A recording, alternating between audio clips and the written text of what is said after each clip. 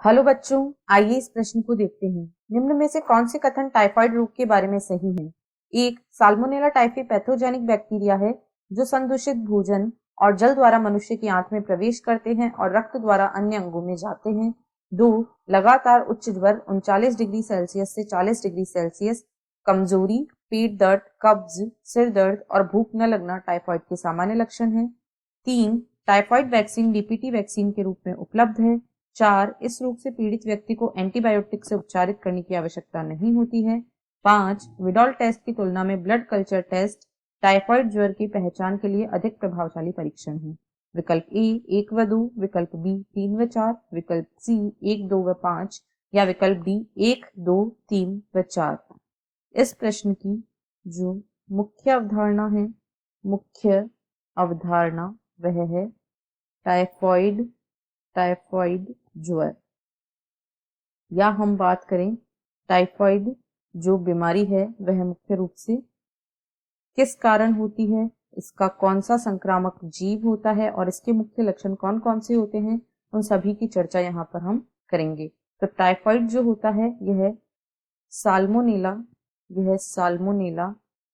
Typhi नाम के bacteria या जीवाणु से होने वाला एक विकार है और यह मुख्यतः इसका कारण संदूषित जल व भोजन के द्वारा यह मुख्य रूप से फैलता है और इसी के द्वारा ये जो सूक्ष्म जीव होता है यह मनुष्य की आंत में प्रवेश करता है और रक्त के द्वारा अन्य शरीर के भागों में पहुंचा दिया जाता है।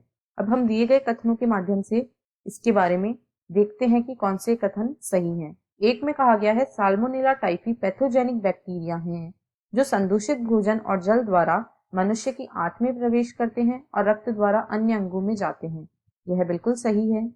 अब दो में कहा गया है इसके जो लक्षण होते हैं वे हैं लगातार उच्च ज्वर का होना, साथ ही साथ कमजोरी, पेट दर्द, कब्ज, सिर दर्द और भूख न लगना, ये भी टाइफाइड के सामान्य लक्षण हैं। यह बिल्कुल सही है।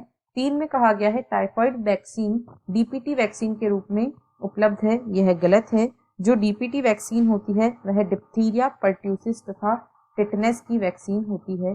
यह डिप्थीरिया, पर्ट्यूसिस व टिटनेस की वैक्सीन होती है, ना कि टाइफाइड की, इसलिए यह गलत है। चार में कहा गया है इस रोग से पीड़ित व्यक्ति को एंटीबायोटिक से उपचारित करने की आवश्यकता नहीं होती है, तो यह बिल्कुल गलत है।